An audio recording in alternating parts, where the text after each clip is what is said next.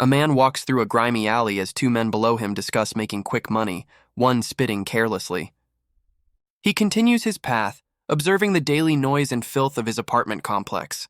The man reaches his small 5-pyong rooftop room, his humble abode. Bong Joo-hyuk, 25, prepares instant ramen, reflecting on his life of 3 part-time jobs. He realizes his constant struggle is due to overwhelming debt, even as he lives meagerly.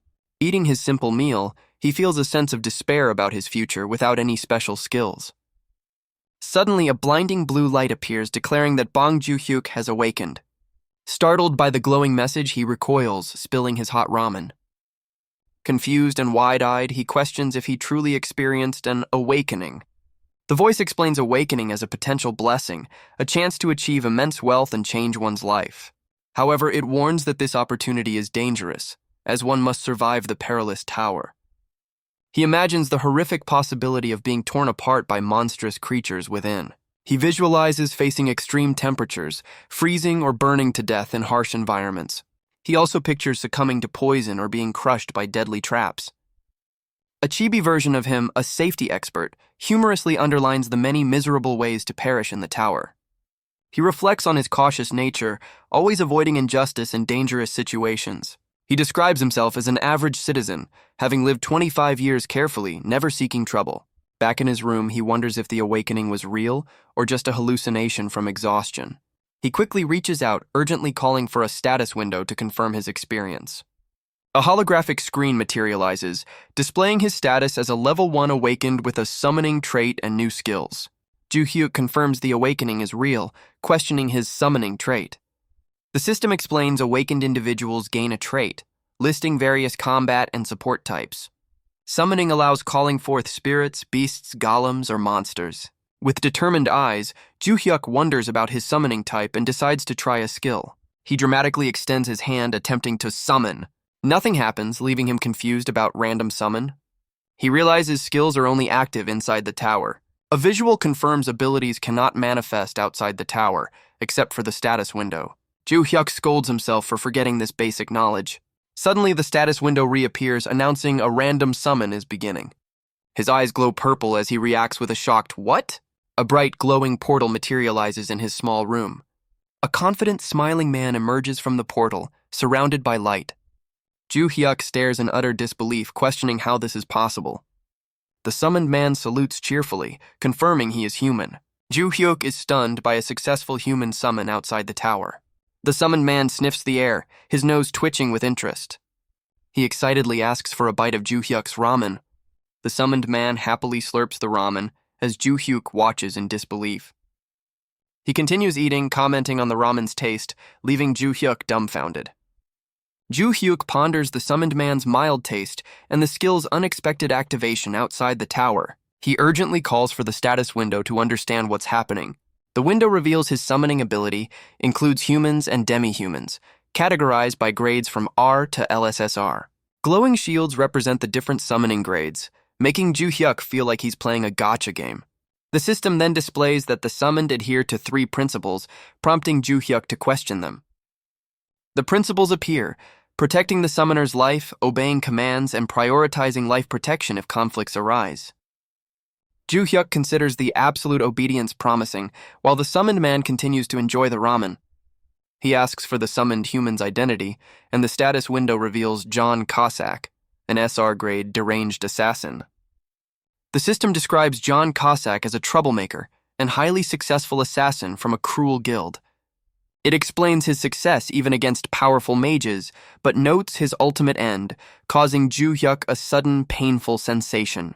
Joo-hyuk's eyes glow blue as he reacts with a shocked expression. He finds himself falling through a vibrant purple vortex, screaming in confusion. Joo-hyuk continues to plummet, observing Cossack falling gracefully below him. He exclaims in surprise as Cossack moves with effortless agility through the air. Cossack is shown in a dynamic pose, surrounded by a powerful aura, facing shadowy figures. Joo-hyuk realizes he's witnessing Cossack's past as the assassin swiftly defeats opponents. Cossack smiles, presenting a macabre trophy wrapped with a red bow, confirming Joo-hyuk's understanding of his deranged title. The scene shifts to a grand house at night, revealing Cossack's downfall came from a single failure. Inside a lavish room, the narrative explains his assassination target was no ordinary individual.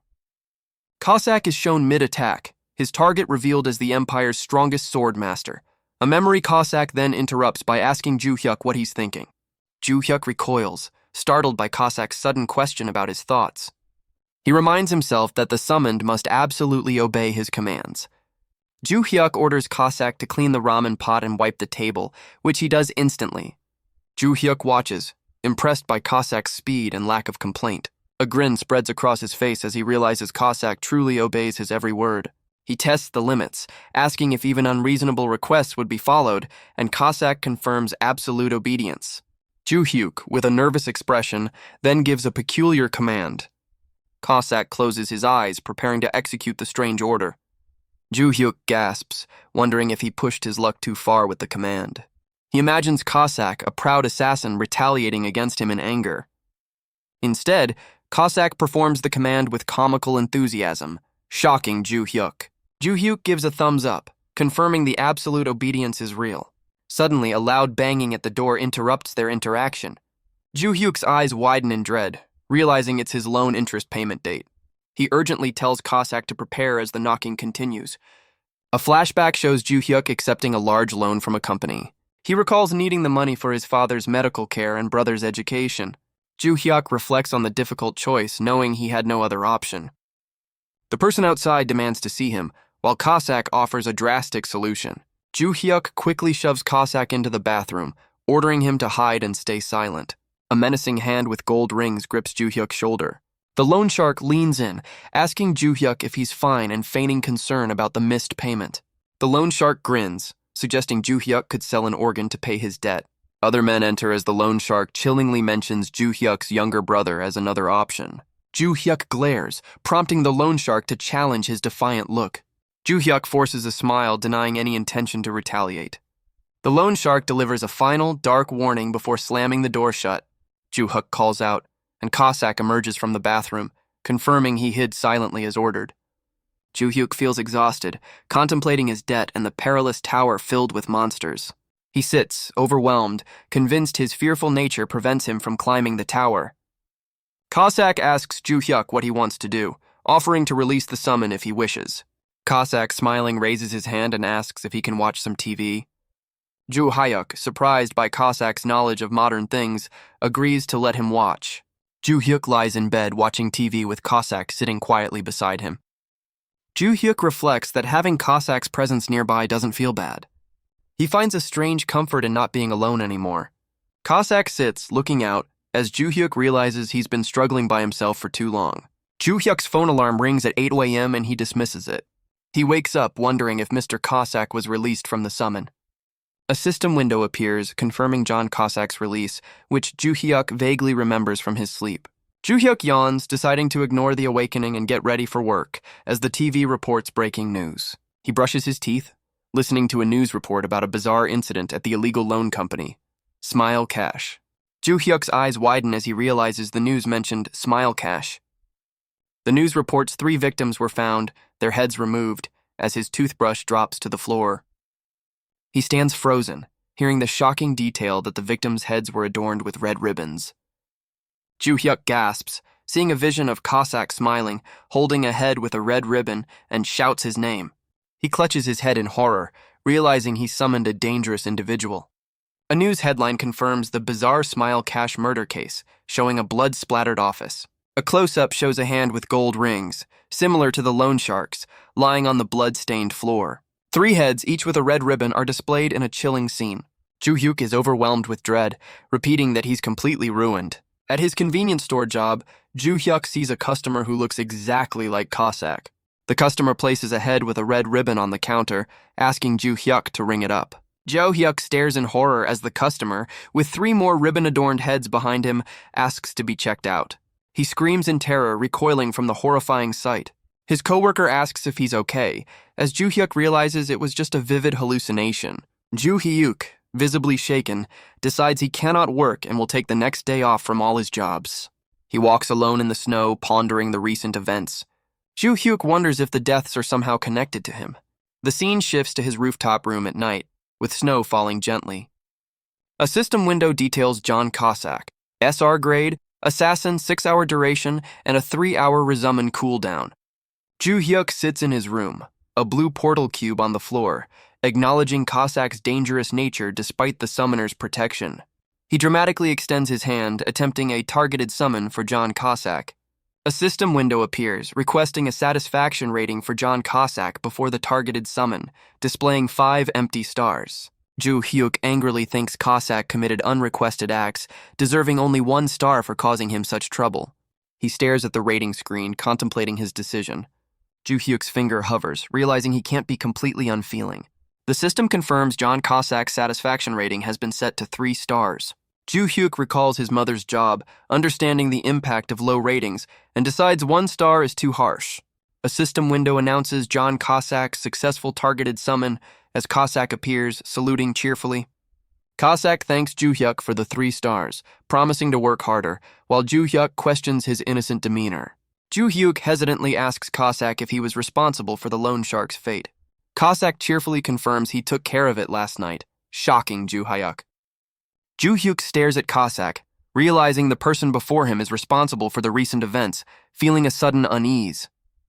He tries to calm himself, remembering Cossack is bound not to harm him. Ju Hyuk asks how Cossack knew the office location, as a flashback shows Cossack planting a tracking mark on the loan shark. Ju Hyuk questions the mark of tracking and Cossack's extreme actions. Cossack explains he acted because they were a threat, and it's best to deal with them in advance despite Ju Hyuk's protest. Cossack reveals his actions were due to Clause 3 of the summon's 3 principles, startling Ju Hyuk. The principles are displayed, clarifying that absolute obedience can be overridden if the summoner's life is in danger. Ju Hyuk asks if Cossack would disobey in order to harm him, and Cossack confirms he would. Ju Hyuk questions Cossack's arbitrary judgment, as there was no actual threat from the loan sharks. Cossack insists his judgment was reasonable, viewing them as a future risk, making Ju Hyuk call him a psycho. Ju Hyuk apologizes for his outburst, and Cossack casually says he's heard it often. Ju Hyuk realizes the danger of Cossack's interpretation, finding it extremely concerning. He imagines walking with Cossack and accidentally bumping into someone. The imagined person threatens him, but Ju Hyuk knows it's usually just an empty threat. However, he fears Cossack's interpretation could lead to a violent outcome for the person. Ju Hyuk is horrified by the thought of Cossack's actions and the signature red ribbon. Cossack suddenly kneels, and Ju Hyuk, confused, tells him to get up. Ju Hyuk sternly warns Cossack that his actions could cause serious trouble. Cossack, looking worried, says he can't guarantee he won't act again. Ju Hyuk demands a promise that Cossack will only act if his life is in immediate danger. Cossack confidently agrees to assess situations carefully, promising to adjust his behavior. Ju Hyuk, satisfied with the answer, tells Cossack he can return now. Cossack hesitates, then asks Ju Hyuk if he intends to climb the tower. Ju Hyuk looks surprised by Cossack's direct question. He acknowledges the tower is a once-in-a-lifetime opportunity. Ju Hyuk admits his fear of the tower's dangers and potential for death. Cossack asks if Ju Hyuk had a previous summoner, and Ju Hyuk confirms he did. Cossack praises Ju Hyuk as the best summoner, making Ju Hyuk react with surprise. Cossack explains that a summoner's greatest virtue is prioritizing safety above all else. He warns that a brave summoner is dangerous, as their death means the summoned cannot appear. Cossack confidently declares he will handle everything for Ju Hyuk. He tells Ju Hyuk to just protect himself and live a long life, leaving Ju Hyuk wide-eyed. Ju Hyuk lies awake, unable to sleep, agonizing over whether to climb the tower. He questions why he should climb, feeling grateful the loan sharks and debt are gone. Ju Hyuk decides to stick to safe, ordinary work, believing things will improve. He checks his pocket, finding a small, glowing portal cube. Ju Hyuk talks on the phone, hearing his father needs a transfer to a bigger hospital. He reacts with shock, learning his mother was fired, but tries to reassure her.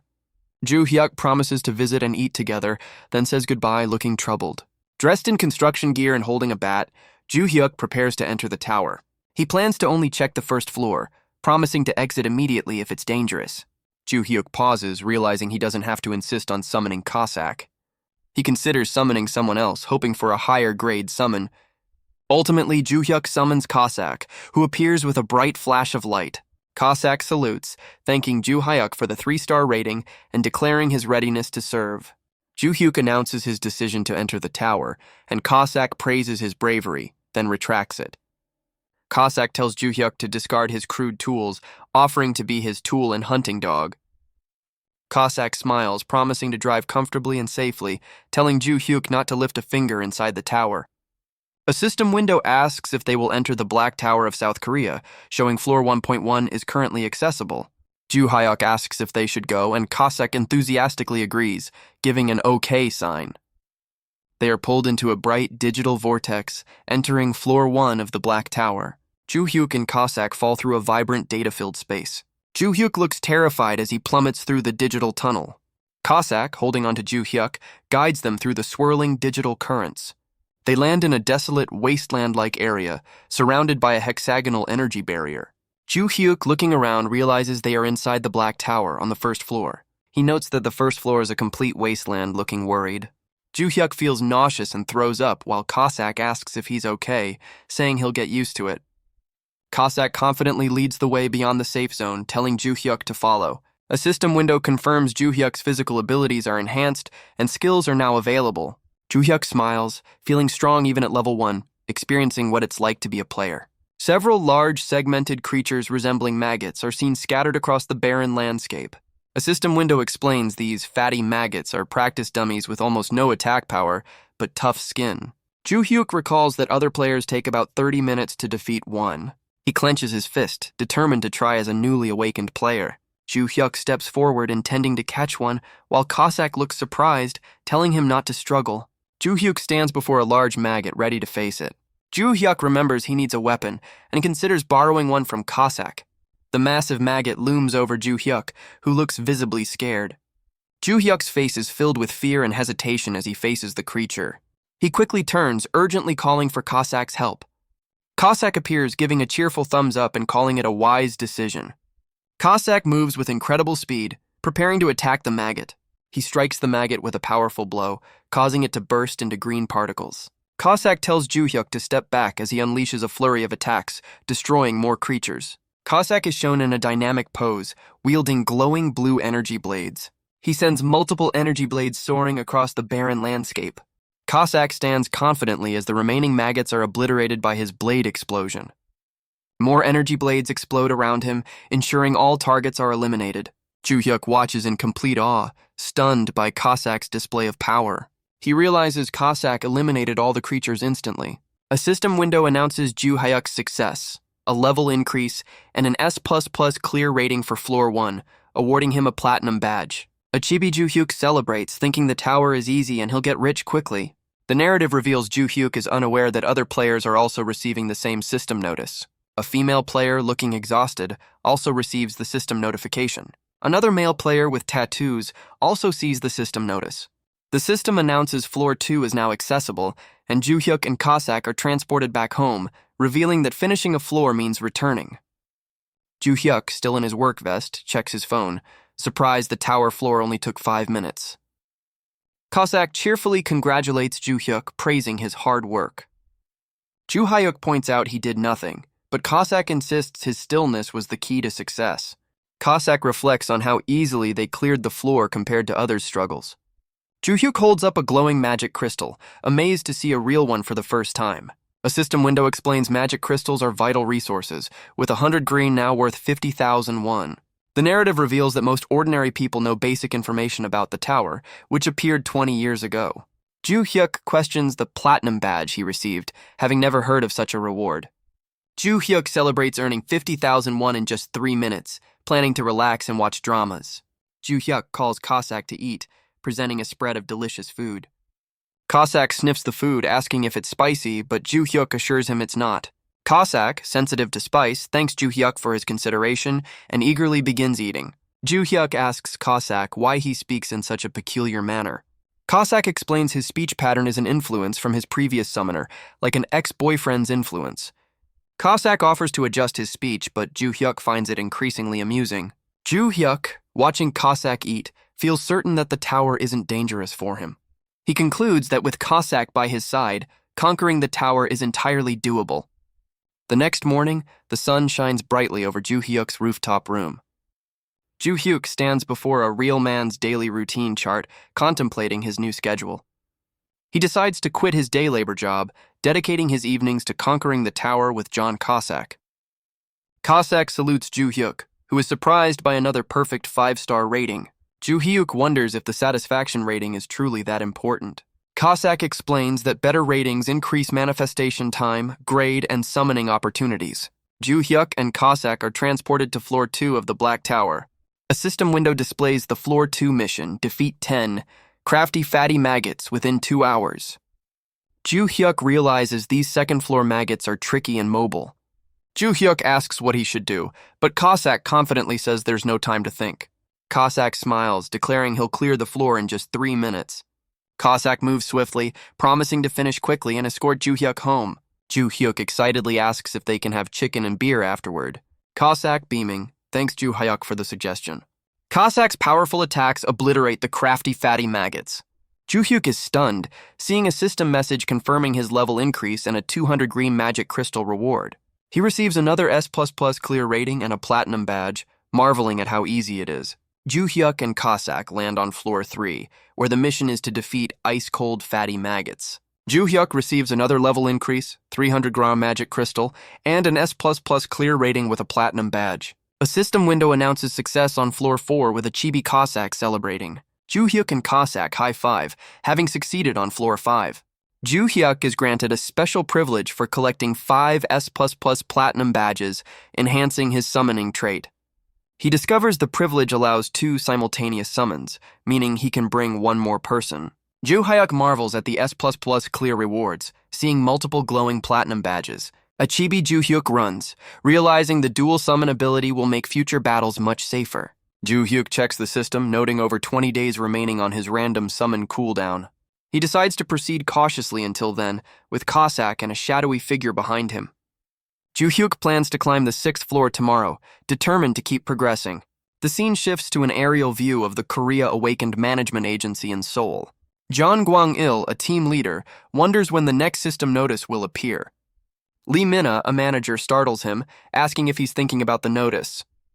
Gwang-il jumps, scolding Mina for sneaking up as she admits her curiosity. He asks if a new notice appeared, and she confirms an S++ clear of Floor 6 of the Black Tower. Gwang-il reflects on the recent global notices of S++ clears from the Black Tower. He realizes it's one person, clearing floors 1 to 6 in order, showing immense talent. He imagines the player's power, wondering about future S++ clears up to Floor 10. Director Park Kyung-soo explains Korea's highest record was A grade, and S++ clears trigger global notices. He warns that player naturalization and even kidnapping are common internationally. The director emphasizes they must find this player immediately before losing them to another country. He orders them to closely monitor all newly registered players. 2 days later, the story returns to Ju Hyuk's rooftop room. Ju Hyuk asks Cossack if today is the 8th floor, and Cossack cheerfully confirms while doing chores. Ju Hyuk observes Cossack, noting they're smoothly clearing 1 floor per day, reaching the 8th. Cossack swiftly eliminates multiple green, goblin-like creatures with powerful, glowing attacks. A system window confirms Ju Hyuk's level increase, a magic crystal reward, and an S++ clear rating for Floor 8. Ju Hyuk and Cossack discuss the clear, with Cossack praising Ju Hyuk's hard work despite Ju Hyuk doing nothing. Ju Hyuk internally celebrates another quick clear and offers Cossack money to enjoy his remaining manifestation time. Cossack refuses the money, insisting he cannot leave Ju Hyuk's side and will watch TV at home. Ju Hyuk realizes Cossack's obedience has limits, then suggests ordering chicken. Cossack, wearing a chicken hat, enthusiastically agrees to the chicken order. Ju Hyuk orders non-spicy food and decides to check his rewards. He examines a new tower-only healing potion, considering giving it to Cossack. Ju Hyuk looks at his growing pile of magic crystals, realizing their significant monetary value. He reflects on his consistent daily tower climbing and his desire to quit his part-time jobs. Cossack effortlessly clears Floor 9, with a system message confirming the S++ clear and rewards. Ju Hyuk toasts Cossack with champagne, momentarily forgetting his summoned companion's dangerous past. Ju Hyuk performs a targeted summon for Cossack, receiving a system notice that his 5-star rating increased Cossack's manifestation time. Cossack thanks Ju Hyuk for the rating, promising to assist for an extra hour and declaring his unwavering dedication. They enter Floor 10 of the Black Tower, with system messages confirming enhanced physical abilities and skill availability. Ju Hyuk feels a surge of power and a mysterious energy within him, experiencing the tower's physical adjustments. He humorously imagines himself as an untamable force, feeling his newfound strength. Ju Hyuk tells Cossack that he will now help in the battles. Cossack strongly objects, declaring he would harm himself if Ju Hyuk were scratched, prioritizing his summoner's safety. Ju Hyuk stares in confusion at a massive glowing green orb with a grid pattern. A colossal praying mantis-like creature looms over Ju Hyuk and Cossack. Ju Hyuk, terrified, realizes it's the 10th floor monster and wonders how others defeat it. Cossack, in chibi form, declares it's beneath his dignity to fight an insect, much to Ju Hyuk's surprise. The giant mantis's eyes glow menacingly, its face filled with aggression. The mantis raises its sharp forelegs, preparing to strike Cossack. Cossack moves with incredible speed, a blur of motion, dodging the creature's attack. Cossack's eyes glow with intense focus as he prepares his counterattack. He unleashes a barrage of glowing blue energy blades, striking the giant mantis. A system message confirms their success on floor 10, a level increase, and an S++ clear with a platinum badge. The system adds 1 kilo of magic crystals, bringing Ju Hyuk's total to 5.5 kilo. Ju Hyuk reflects on his previous special privilege for 5 platinum badges, seeing a glowing badge. A new system notice announces a special privilege for accumulating 10 platinum badges, exciting Ju Hyuk. The privilege allows him to copy 1 skill from a summoned entity, listing options like Blade Explosion and Shadow Step. Cossack immediately advises Ju Hyuk to choose Shadow Step, surprising him. Cossack explains that Shadow Step is perfect for quick and secret escapes. Ju Hyuk looks offended, questioning if Cossack thinks he would abandon him. A system window confirms Ju Hyuk is acquiring and has registered the Shadow Step skill. Cossack enthusiastically emphasizes the critical importance of fast footwork in combat. Ju Hyuk attempts to use Shadow Step outside the tower, but it fails, leaving him frustrated and out of breath. Day 11 of tower climbing, Ju Hyuk blushes while talking on his phone. He nervously introduces himself as Bong Ju Hyuk to the Awakened Management Agency, confirming he is awakened.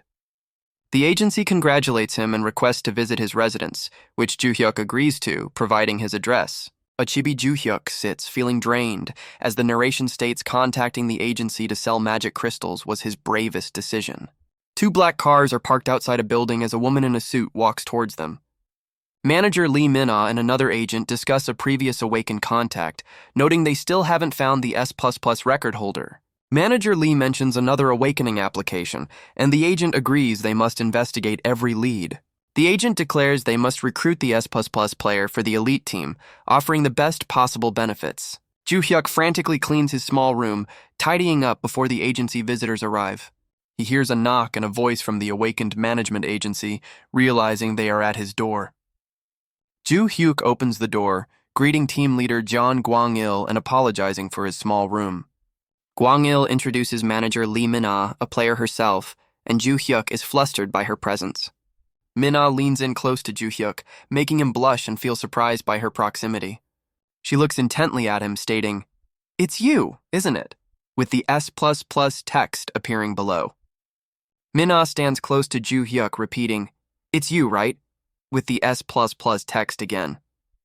Ju Hyuk recoils in shock, shouting in surprise at her direct accusation. He wonders how she knew, questioning if there's an unknown way to identify awakened individuals. Ju Hyuk decides to deny it for now and act natural. He attempts a fake smile with glowing blue eyes, claiming he might have heard of the S++ player, but it's not him. Min-ah observes his forced smile, recognizing it as a classic lying signal. Gwang-il scolds Min-ah for probing Ju Hyuk, and she promises to be more careful. Min-ah apologizes to Ju Hyuk for her rudeness, making him realize she was testing him. A cute tower-shaped mascot named Tabi introduces itself as the mascot of Korea's Black Tower. Tabi explains the Black Tower appeared globally 20 years ago, an ominous, colossal structure. Armies and scientists tried to approach it, but an invisible barrier made physical entry impossible. Tabi then explains that the tower's purpose was revealed when awakened players appeared, structured like a game.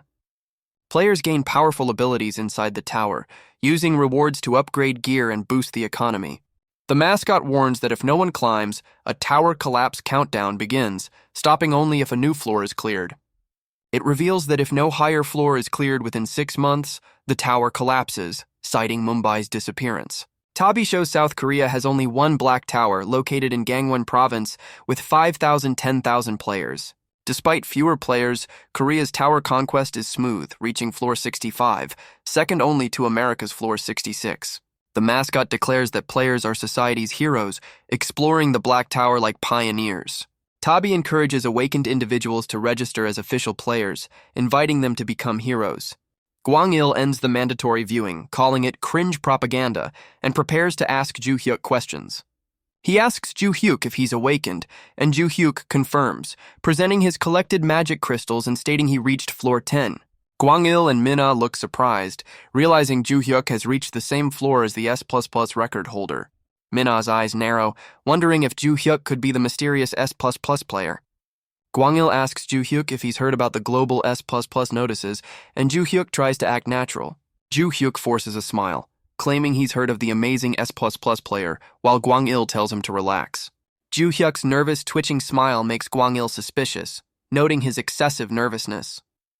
Gwang-il explains the government divides players into two contract tracks. He details the general team as freelancers and the elite team working closely with the agency. Elite players have obligations but receive support, including personal protection outside the tower. Gwang-il mentions the elite team offers a base annual salary, making Ju-hyuk nervous about being identified as the S++ player. Ju-hyuk imagines being swarmed by reporters, asking embarrassing questions about his social life. He recoils in his imagination, declaring that being in the spotlight is his worst nightmare. Gwang-il explains elite team applicants receive a body cam to record their tower runs. Ju-hyuk firmly states he won't be applying for the elite team, surprising Gwang-il. Ju-hyuk explains he's satisfied with the general team, claiming he has no talent. He adds that he finds it scary and prefers to stop at a reasonable floor for rewards. Gwang-il urges him to reconsider, but Ju-hyuk insists his decision is final. Mina internally notes that while many players farm safely, Ju-hyuk's bluntness is unusual. She thinks a coward like him doesn't qualify for the elite team, which values the will to climb. Gwang-il respects Ju-hyuk's decision and Ju-hyuk thanks him. Gwang-il then asks Ju-hyuk to enter the tower from his room as a final confirmation of his awakening. Ju-hyuk thinks about using his daily entry and clearing a floor while he's in there. He realizes they are still trying to confirm if he is the S++ clearer. Ju-hyuk agrees to clear a floor, warning it might take up to 2 hours, but Mina reassures him. Mina smiles, telling him to take his time as they will wait. Ju-hyuk stands ready to enter the tower. Ju-hyuk stands before a glowing portal, ready to enter the tower as Gwang-il and Mina observe. Gwang-il confirms Ju-hyuk is awakened, then asks Mina for her assessment. Mina notes Ju-hyuk's timid nature, predicting he will give up on floor 11.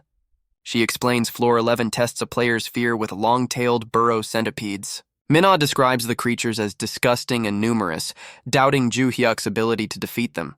She confidently states he will retreat, and Gwang-il acknowledges her accurate predictions. Gwang-il decides to call the director, preparing to report another dead end in their search. Inside the tower, Ju-hyuk summons John Cossack, who appears in a bright flash of light. Cossack salutes cheerfully, thanking Ju-hyuk for calling him. A system window displays the Floor 11 mission, defeat 100 long-tailed burrow centipedes within 3 hours. Ju-hyuk reacts with disgust at the centipedes, but Cossack confidently promises a quick clear. Ju-hyuk urgently instructs Cossack to hunt slowly, taking at least an hour to avoid an S++ record. Cossack gives a thumbs up, understanding Ju-hyuk's intention to avoid the eyes watching outside. Ju-hyuk grins, planning to intentionally create a messy record to escape the S++ player spotlight. Cossack attacks a centipede with speed and precision. Ju-hyuk tells Cossack to slow down even more, and Cossack readily agrees. Cossack continues to fight, but at a visibly slower pace, pleasing Ju-hyuk. Ju-hyuk stands on a centipede, feeling confident that the mission will proceed smoothly. Suddenly, Ju-hyuk looks terrified, realizing he is surrounded by the creatures. He tries to use a skill to escape, but his body remains frozen in fear. Cossack, with glowing eyes, declares he will go, moving swiftly. He attacks the centipedes with powerful glowing strikes, sending them flying. More centipedes are obliterated by Cossack's relentless glowing attacks. Ju-hyuk, surrounded by centipedes, frantically tells Cossack to wait. He shouts at Cossack to slow down, realizing he's moving too fast. Cossack refuses, stating his summoner's life comes first, defying the order to slow down. Ju-hyuk, frustrated, warns Cossack not to try so hard again. A system notice appears, confirming an S++ clear for Floor 11, awarding a platinum badge. Ju-hyuk, looking defeated, apologizes as the system announces floor 12 is now accessible. He is then transported out of the Black Tower looking dazed. Outside, Minna and Gwang-il wait, Minna predicting Ju-hyuk will give up soon. Gwang-il looks at Minna surprised as a system notice confirms an S++ clear for floor 11. Ju-hyuk reappears in his room, glowing as the agents stare in disbelief. Minna and Gwang-il are stunned, realizing the S++ rating appeared exactly when Ju-hyuk returned. Ju-hyuk's eyes glow ominously, expressing regret at having to resort to drastic measures. He extends his hand, his eyes glowing red, declaring that the two agents must be silenced. And now we jump to a completely different player in this grand game. A hooded assassin descends with lethal intent, declaring, "You two will have to be silenced." His partner, a man with striking pink hair, screams out a name, John Cossack. He gives the order to bind those two immediately, as a wave of energy engulfs the targets.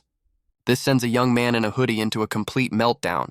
He starts screaming in terror. Who said anything about beheading them? Because in his paranoid imagination, he's picturing their severed heads still whispering his name. Player Bong Ju-hyuk. But in reality, the two recruiters are perfectly fine, just utterly bewildered by his sudden outburst. They rush to his side as he collapses to the floor, asking if he's all right. Ju-hyuk quickly tries to compose himself, blaming a sudden paranoid episode as the man reiterates their offer. Their elite team desperately needs a player of his talent. Laughing nervously, Ju-hyuk tries to downplay the entire incident, claiming it must be a simple misunderstanding from his last game run. But the recruiter isn't convinced, pointing out the timing is a little too perfect for a simple misunderstanding. Still, he laughs it off and pulls out an envelope, saying it's time to get the contract ready now that they've confirmed Ju-hyuk has awakened. Ju-hyuk's eyes widen in sheer panic as he reads the document. This is an elite contract, not the standard one he requested. The recruiter corrects him with a confident smirk, explaining that this contract is on a completely different level. It's a one-of-a-kind ultra-elite contract. The benefits are staggering: a $12 billion annual salary, provided real estate, VVIP treatment, and round-the-clock security. And to top it all off, the most unbelievable perk of all, complete legal immunity. This is a contract that makes you royalty, a status currently only granted to Cheolman, the #1 ranked player in Korea. The recruiter pushes the life-changing offer forward, but Ju-hyuk's response is a shocking and definitive no. He shouts with desperate conviction, insisting he will only sign a regular contract and nothing more. The recruiters are stunned by his rejection, asking why he's so opposed to the offer.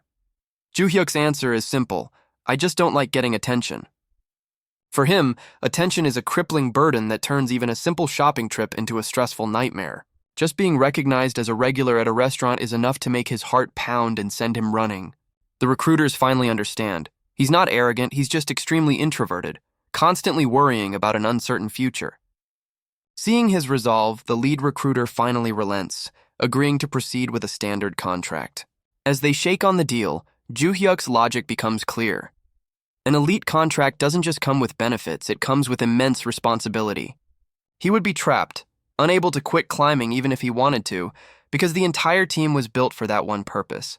That's a level of pressure he's more than willing to pass on, content with just making a better life for himself. Sometime later at the Soul Awakening Management Department, the recruiters report to their superior, who is confused. Your report said he was a timid player with no desire to climb the tower. This is completely different. The recruiter simply replies, "That's correct." The superior is baffled. An S++ rank achiever with that personality? I don't understand.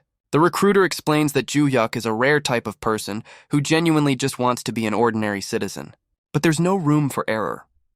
The female recruiter confirms the timing of his awakening matches their data perfectly. That's all the superior needs to hear.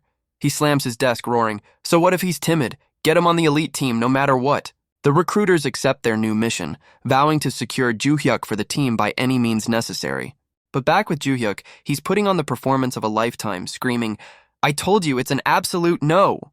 And it's all an act. He's been rehearsing his angry outbursts with a summoned warrior, complaining that pretending is exhausting. With the recruiters temporarily dealt with, Ju-hyuk enters the second floor of the Black Tower for his next mission: hunt 20 icicle spear weasels.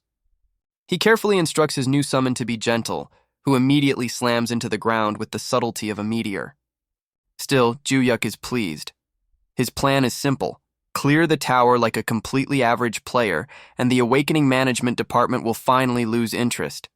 But there's one tiny unforeseen flaw in his master plan. It's absolutely freezing. His summoned warrior notices Ju-hyuk turning blue and immediately starts to worry. Overreacting completely, he promises to finish the mission at top speed to get his master somewhere warm. Ju-hyuk frantically tries to tell him to slow down and stick to the average act. But the warrior unleashes hell, screaming that colds are an incurable disease and that his master's life is in danger. As the weasels are annihilated, Ju-hyuk gets the one thing he didn't want: an S++ grade clear and a platinum badge. This, of course, triggers an immediate panicked call from the recruiters, who can't believe what they're seeing. Back in a warm room, the summoned warrior is pleased with himself, completely oblivious to Ju-hyuk's simmering rage. The warrior happily declares he's going to watch some TV, but Ju-hyuk has had enough and unsummons him in a flash of light, leaving our master manipulator to throw a childish tantrum, crying that disobedient summons get no soup. The next mission is on the 13th floor of the Black Tower, a corridor filled with deadly traps. But his overprotective warrior grabs him, declaring the place too dangerous for Summoner Bong.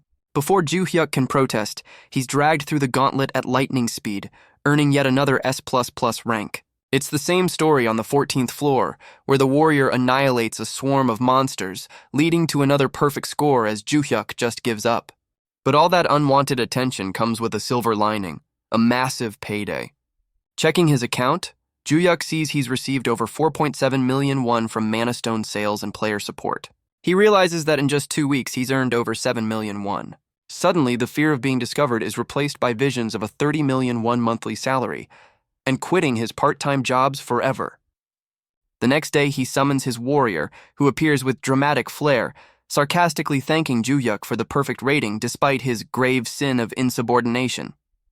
But Ju-hyuk just tells him to take it easy from now on, a command that leaves the warrior completely stunned. Ju-hyuk sighs, realizing his cover is blown with the department anyway, so he might as well aim for S++ on the 15th floor to get platinum badges. A greedy glint flashes in his eyes. More perks mean more power, and more power means he'll finally be safe. Fired up, he shouts, "Let's go, Mr. Cossack!" and his warrior snaps a perfect, enthusiastic salute.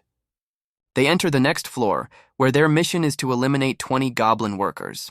Peeking from cover, Ju-hyuk observes his first humanoid monsters, realizing their intelligence will make future floors much more annoying. He warns his warrior that goblins are cunning and will call for reinforcements if even one escapes, telling him to hide well. But the warrior just smiles serenely, promising to eliminate them all at once. Before Ju-hyuk can object, his warrior activates a stealth skill, dissolving into a blur of blue energy. He becomes a phantom blade, tearing through the goblin ranks as Ju-hyuk watches in disbelief. The goblins are annihilated without even seeing their attacker, and just like that, the mission is complete, granting Ju-hyuk another level up and a pile of rewards. Another S++ rank is in the bag, along with a platinum badge, and just like that, Ju-hyuk and Mr. Cossack are warped out of the tower. They materialize back in his apartment. Without wasting a second, he opens his inventory. He checks his haul, counting a grand total of 15 platinum badges. And just as he hoped, a new notification pops up. He remembers getting a perk from Mr. Cossack at 10 badges and wonders what prize awaits him this time. The system awards him a new perk item, an energy barrier kit. He immediately equips the golden bracelet, which grants him a personal damage-absorbing shield that scales with his level. The barrier activates, covering him in a protective aura.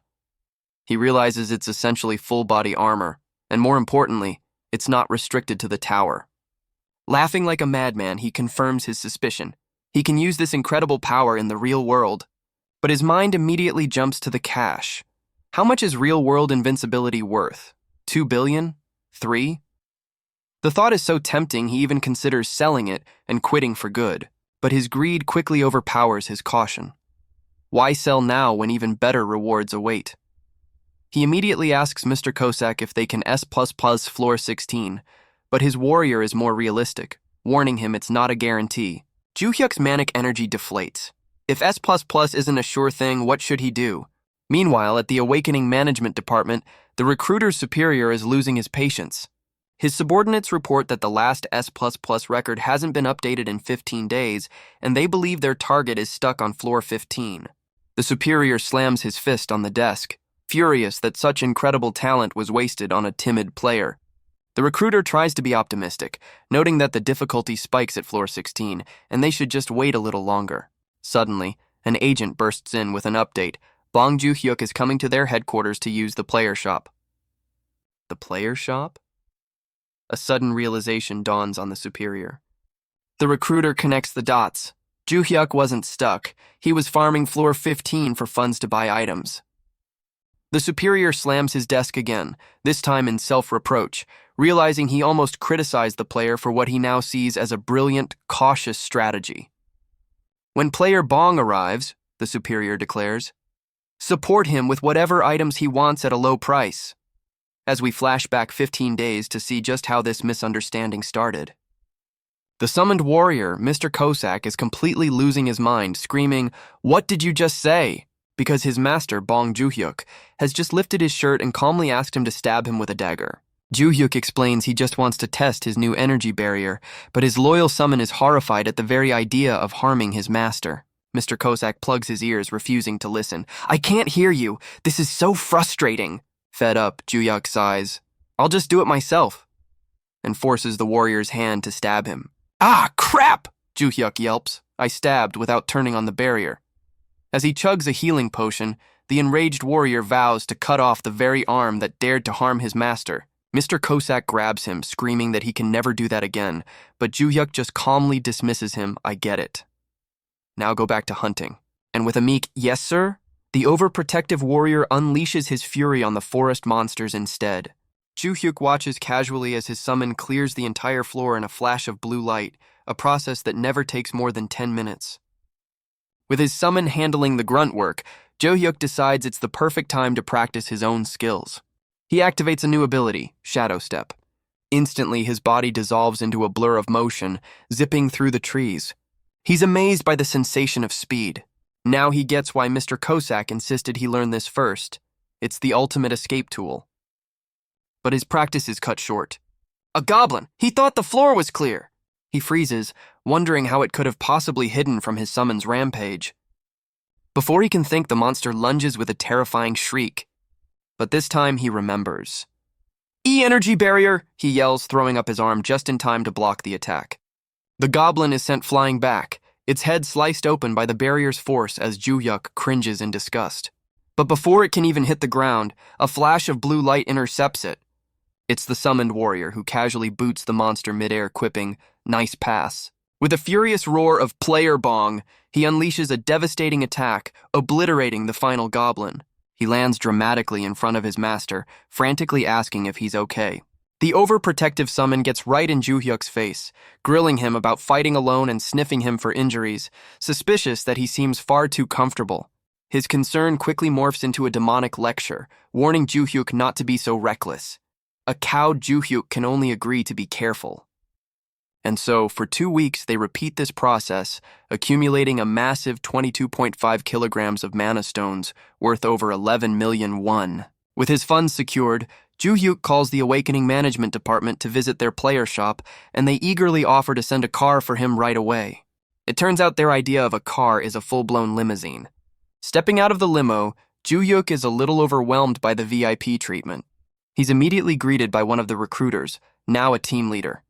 The team leader gives him a grand welcome, confirming Joo-hyuk's suspicion that this is the full VIP experience. Inside, they immediately register his biometrics for top-level access. The team leader tells him he can now visit any time without calling, but Joo-hyuk politely declines a guided tour. The doors to the exclusive player shop slide open before him. He's stunned by how luxurious the place is, but quickly notices that he's the only customer there. Realizing the items must be insanely expensive, he decides to focus on his first priority, cashing in his loot. The clerk confirms his 22.5 kilograms of mana stones are worth a staggering 11.25 million won, which he can use immediately.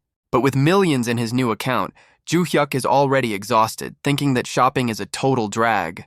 Meanwhile, the recruiter's superior gets an update on their prized player. They've given Joo-hyuk a 90% discount, worried that giving him freebies would make their timid prospect uncomfortable. Back in the shop, Joo-hyuk is already spending his newfound millions on an adamant mace and basilisk leather boots. But the math isn't adding up. He knows these items should cost 10 times as much. The realization hits him, he's getting special treatment, and the pressure is almost too much to handle. He reminds himself that this new gear is just a bonus, since his energy barrier unifies all his defense anyway. He tried to play it safe, but with perks this good, his greed is starting to awaken. The next day, he summons his loyal warrior, who is shocked to hear they're finally leaving floor 15 and heading to the next level. But then, a notification gives Joo-hyuk a dangerously brilliant idea. With a manic grin, he decides it's time to double his firepower. Praying to every god he can think of, Joo-hyuk activates his random summon skill. A blinding purple light begins to coalesce into a humanoid form.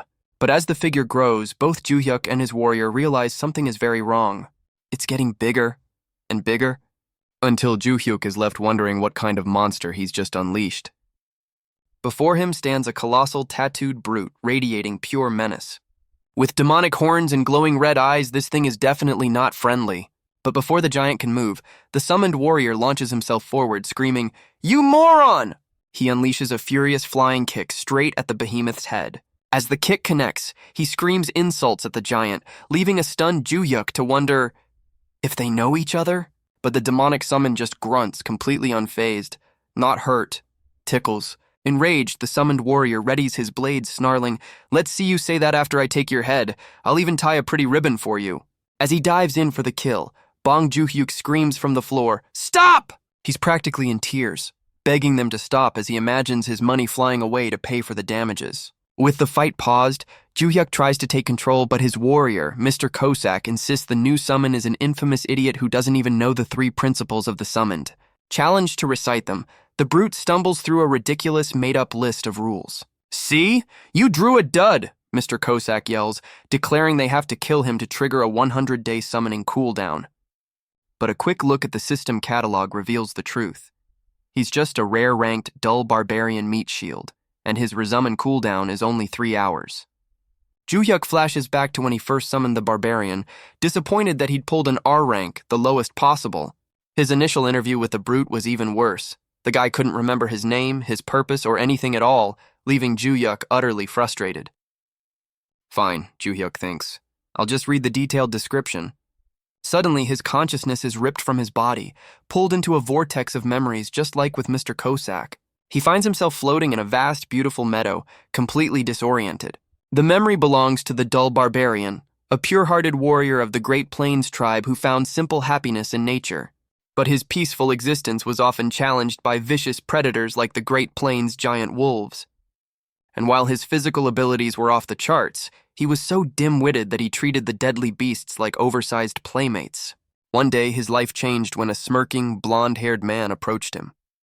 The man introduced himself as Arius, but when he asked for the barbarian's name, the gentle giant could only reply, "Dunno, forgot."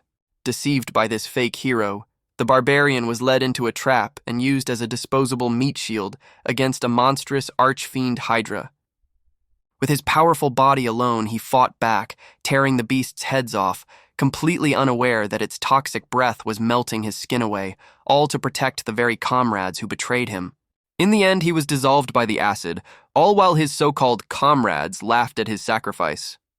The vision ends, leaving Joo-hyuk staring at the skeletal remains, finally understanding the brutal meaning of a meat shield. A single tear falls as he's filled with a protective rage. So what if he's a little dumb? His resolve hardened, Joo-hyuk extends a hand to his new summon. "Welcome. Let's climb the tower together. First things first, a name. But when offered Barber or Meatball, the giant can only reply with a familiar, "Dunno." Joo-hyuk presses him again, and this time the big guy makes his choice, Meatball. "Don't worry, my dear Meatball," Joo-hyuk declares. "I'll make you happy." And Meatball pledges his complete trust. Joo-hyuk proudly announces their new 3-man squad, much to Mr. Cossack's absolute horror. After Joo-hyuk insists Meatball will be a reliable shield that he'll train personally, Mr. Cossack reluctantly gets on board. The bickering has already begun, establishing the team's bizarre dynamic. A timid player, a mad assassin, and a simple-minded meat shield, a recipe for total disaster. With their powers unlocked, the dysfunctional trio enters the 16th floor of the Black Tower, ready to prove their worth. Their mission, eliminate 30 goblin scouts. Mr. Cossack immediately takes charge, ordering Joo-hyuk to raise his barrier. He warns that the goblins use poison darts and attack from the shadows. And he's right. A goblin scout takes aim. But just as the poison dart is about to hit Juhyuk, Mr. Cossack snatches it out of the air, saving his master's life. It's a full-blown ambush. Goblins swarm them from all sides. As Juhyuk dives for cover, Mr. Cossack leaps into action, deflecting a hail of deadly projectiles. Juhyuk realizes with horror that they're not facing 30 goblins. They're facing an entire army. Thinking fast, he gives his first order to the team's new tank.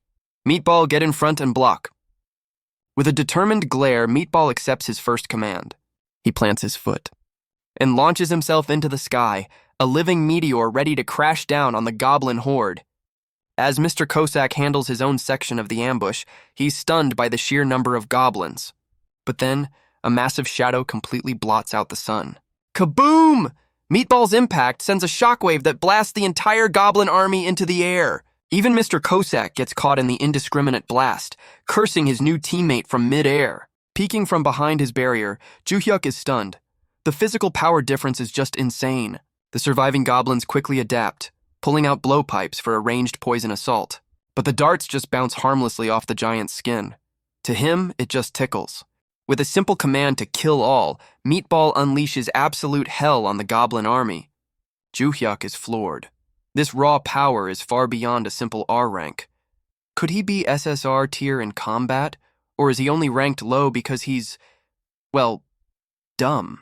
After the battle, it's time for a well-deserved reward. Juhyuk treats his new tank to a feast, and Meatball discovers the greatest treasure of all, fried chicken. But the family dinner is immediately interrupted by a fuming Mr. Cossack, who can't stand Meatball's grammar, or the spicy wings. As Juhyuk eats, Meatball quietly declares, "Summoner is good person," catching him completely off guard.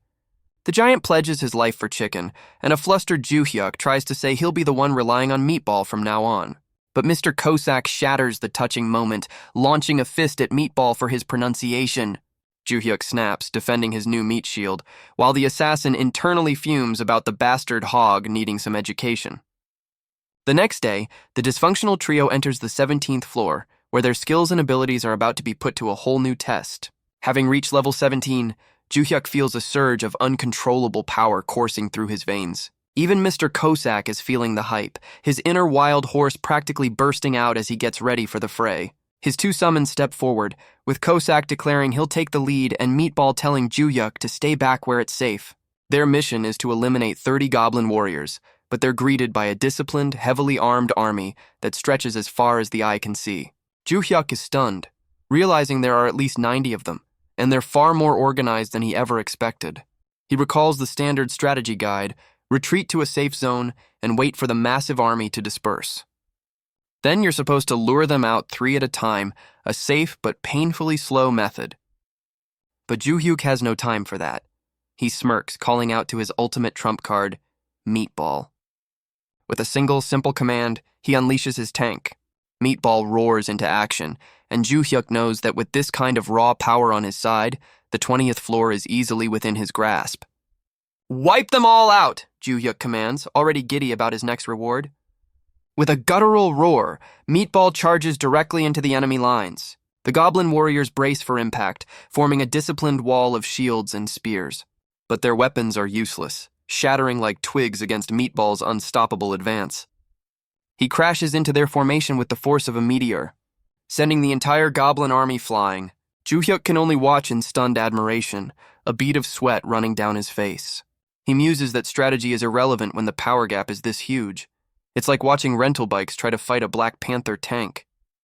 In an instant, the system announces his victory, an S rank clear for the 17th floor and an S++ reward. But his record-breaking clear hasn't gone unnoticed. Elsewhere, a mysterious figure is left utterly shocked, recognizing the name Summoner Bong. Without skipping a beat, the trio moves to the 18th floor, where their new mission is to eliminate 30 goblin assassins.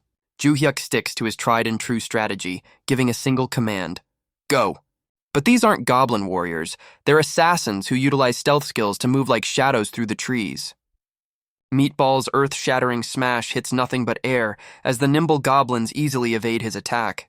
He's left completely baffled, unable to find his targets. As Meatball roars in frustration, calling the assassins cowards, Juhyuk realizes this might not be so easy after all.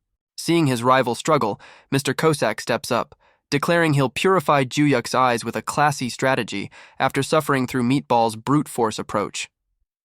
He activates his Shadow Step skill, boasting that the goblin's stealth is nothing compared to his. In a flash of elegant violence, he becomes a whirlwind of blades, cutting down the assassins with blinding speed. Ju-hyuk can only watch, completely stunned by his assassin's display of skill. But Ju-hyuk's shock was all an act, as a wicked grin spreads across his face. "You fell for it!" He knew Mr. Kozak's pride was on the line, so he masterfully stimulated their competitive spirit, turning his summons into a rivalrous goblin-slaying duo. With his plan working perfectly, Ju-hyuk focuses on his own power, intending to upgrade his summons abilities with perks. But he's not just a strategist hiding in the back. He reveals he's already level 18 and grabs a weapon of his own. It's time to unleash his own long-hidden power. And in a majestic, nay-filled transformation, he activates the bizarre skill, Wild Horse Release. This wasn't a random power-up. Ju-hyuk had studied the 18th floor's strategy guides before even entering. His new equine senses allow him to easily detect the goblin assassin's low-level stealth, and he reveals his final trump card. He's been grinding the 15th floor, practicing Mr. Kozak's signature move, Shadow Step. With blinding speed, Ju-hyuk closes the distance, ready to strike a goblin that has no idea what's about to hit it. But his execution is less than graceful, as he screams about losing his balance mid-swing. Still, it's brutally effective. The goblin is too stunned to even react. Before Ju-hyuk lands the final blow, ticking one more off the list. He plays it off with a smug grin, declaring the hunt a success. But his celebration is cut short as another assassin drops from the shadows, aiming for his head. At the same time, Mr. Kozak is a blur of blades, effortlessly slicing through the horde. The kill count climbs rapidly, only 3 more to go. Seeing his thunder stolen, Meatball finally decides to get involved.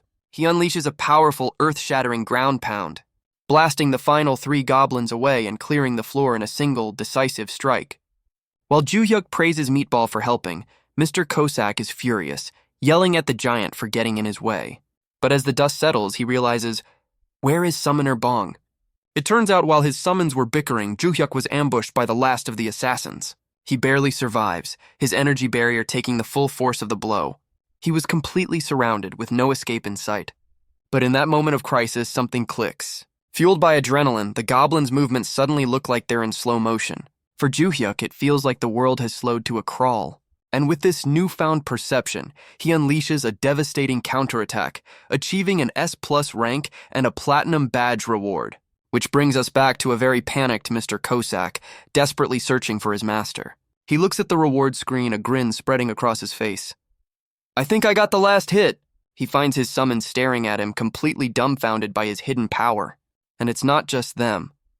A global announcement rings out across the world, an 18th floor S++ clear. The higher-ups at the Awakening Management Department are ecstatic, realizing their timid prospect is an unstoppable monster who just set a record for 18 consecutive S++ clears. The team leader declares that Bong Ju-hyuk is now their top priority, a special player who needs to be protected at all costs. The news goes wild. An unknown player is rewriting the history of the tower, and they're estimated to be level 19 already. And now, the entire nation is desperate to uncover the identity of this mysterious prodigy. Meanwhile, back in his room, Ju-hyuk is being haunted by the world's most dramatic sigh. He finally asks Mr. Kozak what's wrong, and his loyal summon has a very strange complaint. "It's too fast, sir." "Too fast?" Mr. Kozak clarifies with a bead of sweat running down his face. "The speed at which you're realizing your talent." Ju-hyuk points to himself, completely baffled. "Talent? Who? Surely not me?" He just laughs it off. But Mr. Kozak is dead serious, reminding him of the perfect shadow step he used at the end of the fight. It was a flawless movement that even a master assassin like him would struggle to mimic, and that's what makes it so dangerous. He warns that as Ju-hyuk starts finding combat fun, he'll gain confidence and take more risks, forgetting their #1 rule, safety first. Ju-hyuk just pats him on the shoulder, promising he'll absolutely definitely not do anything dangerous. Kozak reluctantly agrees, but he can't shake this uneasy feeling. The anxiety boils over as he grabs his head and wails, convinced his master is definitely going to cause a huge accident someday. And from the corner, Meatball just smirks, calling the bawling assassin a moron. The insult is the last straw, and Kosak lands a brutal punch right on Meatball's jaw. But the giant just roars that he's going to boil him alive in a pot. Kosak follows up with a powerful kick, sending the massive brute crashing through the kitchen. But their brawl has a terrible casualty, and Joo-hyuk can only watch in horror as his precious food goes flying. Not the fridge. That's it! A wave of blue energy erupts from Joo-hyuk as he screams for both of them to stop destroying the house and go back. But the damage is done. He collapses in despair over the spilled kimchi, a precious gift from his mom. R.I.P. Kimchi. The next morning, Joo-hyuk arrives at an apartment building, announcing that their son is here. A warm voice welcomes him inside. We meet his parents. His father, laid up in bed, complains that he should visit more often, but his mother tells him to stop nagging. Joo-hyuk asks how his dad's hip is feeling. His father grumbles that bones don't heal that easily, but insists he's fine to sit up for a bit as his wife helps him. His mother welcomes him to the table for stew, mentioning that his brother, Min-hyuk, will be back soon. As they eat, his parents admit that times are tough, but tell Joo-hyuk to focus on his own life and not worry about them. Hearing their struggles, Joo-hyuk wonders if he should test the waters and reveal that he's an awakened.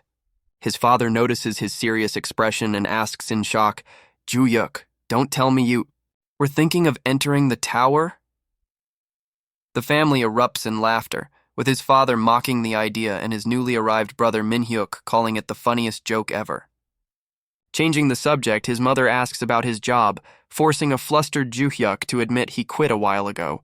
His mother's eyes narrow suspiciously, pointing out that she can always tell when he's lying. But her expression softens into a warm smile as she says, Still, Mom trusts our son. Her trust, however, comes with one terrifying condition. Just don't use loan sharks, absolutely not. The warning triggers a horrifying flashback to a bloody murder scene from the news, a memory he'd suppressed. Shaken, Joo-hyuk quickly tries to change the subject. His mother explains she got fired after giving a rude customer a piece of her mind, refusing to be treated like a maid. Joo-hyuk reflects on his parents, his mother, a brave woman who can't stand injustice, and his father, who fell head over heels for her. A hilarious diagram confirms it. The pathetic but strong beta male genes have been passed down to both sons. Sharing a laugh, Joo-hyuk decides to postpone telling them about his awakening, not wanting to add to their worries. Later, as he's leaving, he hands his brother Min-hyuk an envelope of cash, telling him it's an allowance for their parents. But Min-hyuk calls out to him. Flustered, Min-hyuk assumes this sudden generosity is just because Joo-hyuk paid his tuition recently. Joo-hyuk completely misreads the situation, patting his brother's shoulder and assuming he's just too shy to say thanks. Seizing the opportunity, Min-hyuk's demeanor shifts entirely as he cheekily asks if Joo-hyuk forgot his share.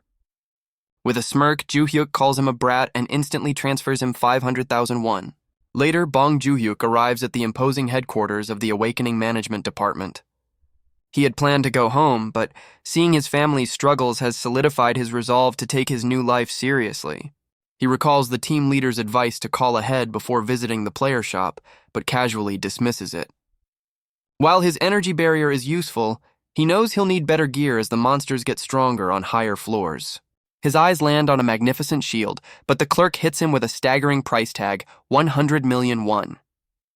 He's completely floored by the cost. Complaining that it's too expensive, he wonders why the previously empty shop is suddenly so crowded. The clerk quickly presents a more suitable option, a small, light, and cheap shield with a self-repair function. Joo-hyuk is immediately sold, admiring how well it pairs with his mace. He completes the payment, officially adding the new shield to his arsenal. Despite his power, Joo-hyuk finds social interaction way more terrifying than fighting monsters. His business concluded, he decides it's finally time to head home. But as he's leaving, a friendly stranger approaches him with a question. The man introduces himself as Choi Hoseok, another player, and offers a handshake. After a slightly awkward introduction, Hoseok asks what floor Joo-hyuk is on, impressed to hear he's already in the 10s. Hoseok cheerfully offers his help if Joo-hyuk ever gets stuck, and Joo-hyuk is struck by how kind he seems. Joo-hyuk says he's doing fine for now, but Hoseok insists he can ask for help anytime. As the friendly player waves goodbye, Joo-hyuk can't help but feel a little envious of his social skills. Alone again, he checks his status, confirming he's now level 19 and ready to challenge the next floor. But first, he knows he needs to call Mr. Kosak and smooth things over after their last encounter. The moment he's summoned, Mr. Kozak is already spiraling, clearly still upset about their last encounter. To lighten the mood, Ju-hyuk proudly shows off his new shield, but this only makes the assassin more anxious. Mr. Kozak pleads with him, saying his former master made similar promises, but Ju-hyuk insists he's a wimp who will run if things get tough. He sincerely promises not to charge in recklessly. Ju-hyuk even tells him to sacrifice him and Meatball to escape if needed. Though Kozak quickly clarifies he'd prefer to just sacrifice Meatball. Just as they're about to head out, a delicious smell stops Mr. Kozak in his tracks. It's a peace offering. Ju-hyuk bought him king dumplings, and the assassin is immediately overwhelmed with loyalty. He happily digs in. But as they eat, Mr. Kozak asks a chilling question. Summoner Bong, is there anyone you have a grudge against? Before Ju-hyuk can properly answer, the assassin's demeanor shifts. There's someone outside, he warns, and they have overflowing killing intent. Killing intent? Ju-hyuk is completely caught off guard. Mr. Kozak instantly orders him to hide as Ju-hyuk throws up an energy barrier. Just in time. A small metallic probe smashes against the invisible wall. It falls to the floor, broken. A shadowy figure with a gun emerges from the doorway. Hi there! Ju-hyuk looks up in shock.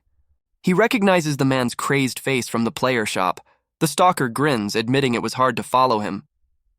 The gunman demands Ju-hyuk hand over his bracelet and inventory, or he'll get his head blown off. But as the barrel presses against his skin, Ju-hyuk's fear evaporates, replaced by ice-cold fury. What were you thinking? He seethes internally. Pointing that at me! A monstrous dark aura erupts behind him, and the gunman realizes with dawning horror that threatening this kid was basically suicide.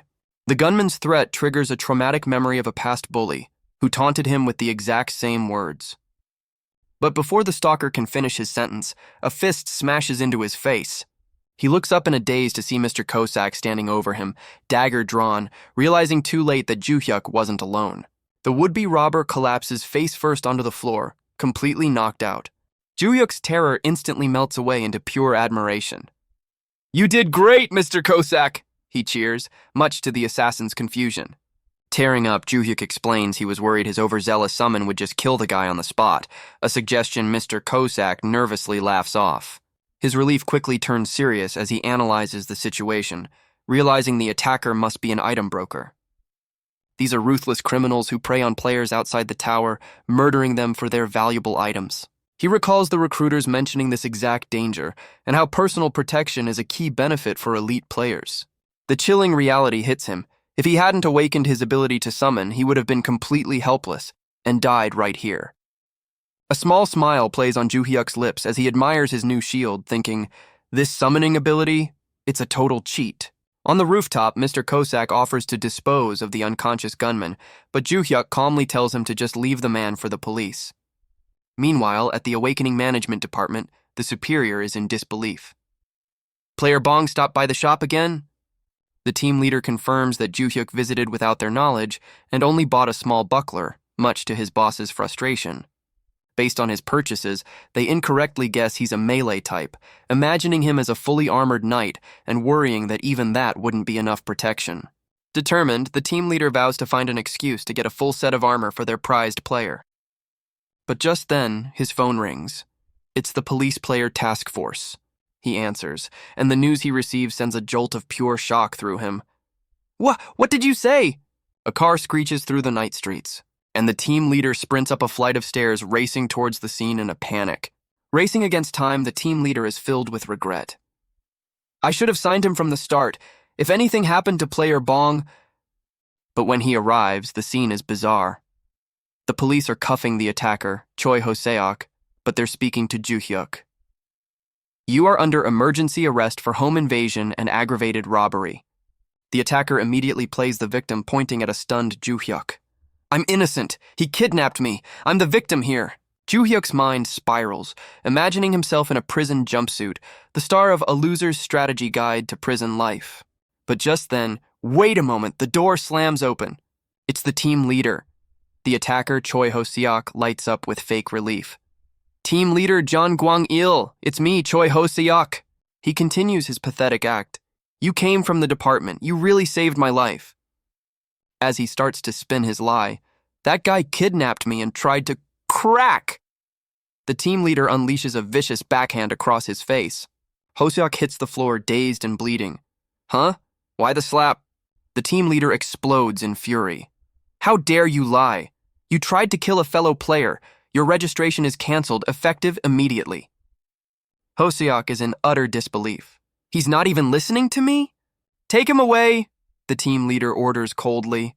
The NIS will handle him. The mention of the National Intelligence Service makes Hoseok's blood run cold. They're infamous for torturing player criminals. All his arrogance shatters. He drops to his knees, begging for mercy, but Jeon Gwang-il is unmoved. You're a repeat offender, aren't you? We'll uncover everything you've done. He scoffs, go find a lawyer, not that anyone would be stupid enough to take your case. As officers drag the screaming Hoseok away, the team leader reminds them of protocol. If he escapes into the tower, just wait. He'll reappear in the same spot anyway. With the threat neutralized, his fury instantly melts into terrifyingly intense concern as he turns to Ju-hyuk. Are you hurt anywhere? Player Bong? And then he bows deeply. I am truly sorry. I will make sure to prepare thoroughly so this never happens again. His resolve hardens. He can't delay the elite contract any longer. He must protect Player Bong at all costs. The next day, Mr. Kosak cheerfully asks for an update. Ju-hyuk explains the police took the guy away. Oh, is it the death penalty? The assassin asks with glee. Ju-hyuk deadpans. No way. Mr. Kosak's bloodlust hasn't faded, as he casually asks for the detention center's location with a dagger ready behind his back. With that idea shut down, they head back to the tower. Ju-hyuk designates Meatball for the next floor, and the giant is ecstatic to see his 5- and 7-star ratings. The 19th floor mission is to defeat goblin shamans, who are known for being weak spellcasters that rely on curses and binds. But as Meatball charges in, the shamans immediately hit him with a wave of debilitating curse magic. The dark energy swirls around him as the goblins cackle. But Meatball has a simple counter for magic, pure unadulterated power. He lets out a massive roar that shatters the curse completely. Ju-hyuk is stunned. He just blew away the curse with sound alone. What a brute. Not wanting to be left out, Mr. Kosak zips past his rival, ready to join the fray. Ju-hyuk gives the order, clear this as fast as possible. Mr. Kosak smirks in agreement, while Meatball roars, I remember, clear them all. The ultimate odd couple, the assassin and the barbarian, charge forward to unleash hell. Mr. Kosak becomes a whirlwind of blades, slicing through shamans while Meatball smashes everything in his path. Inspired, Ju-hyuk raises his own weapons, declaring he'll join them. But before he can even take a step, a system message declares the mission is already over. He just stares, dumbfounded. Mr. Kosak turns with a smug grin, asking if that was refreshing. Ju-hyuk realizes they did it on purpose to sideline him, but his frustration is quickly replaced by another S++ clear reward. The next day, they enter the dreaded 20th floor, a stage known as the Talent Evaluator for its insane difficulty. Mr. Kosak warns that this floor is a nightmare, a deadly mix of every goblin type they've faced so far. Both summons insist that Ju-hyuk stay back while they handle the mission, kill 100 goblins and 1 hobgoblin. Ju-hyuk can't believe it. Are they seriously trying to bench their own master again? Without waiting for an answer, Mr. Kosak orders Meatball to draw all the aggro, and the giant happily obliges, leaping into the fray. But Ju-hyuk has had enough. As every type of goblin, shamans, archers, warriors, and assassins prepares their attack, he refuses to be sidelined again. Before he can act, Mr. Kosak uses Meatball as a launch pad, vaulting over the giant's head and shouting, I'm going on ahead, Mr. Meatball. Even Meatball is stunned by the sudden move. The assassin plummets directly into the heart of the goblin army, a sea of sharpened spears aimed right at him. Ju-hyuk can only stare in disbelief. He actually did it. Meanwhile, the mysterious figure monitoring the tower feed absolutely loses his mind, screaming in horror, Summoner Bong, no!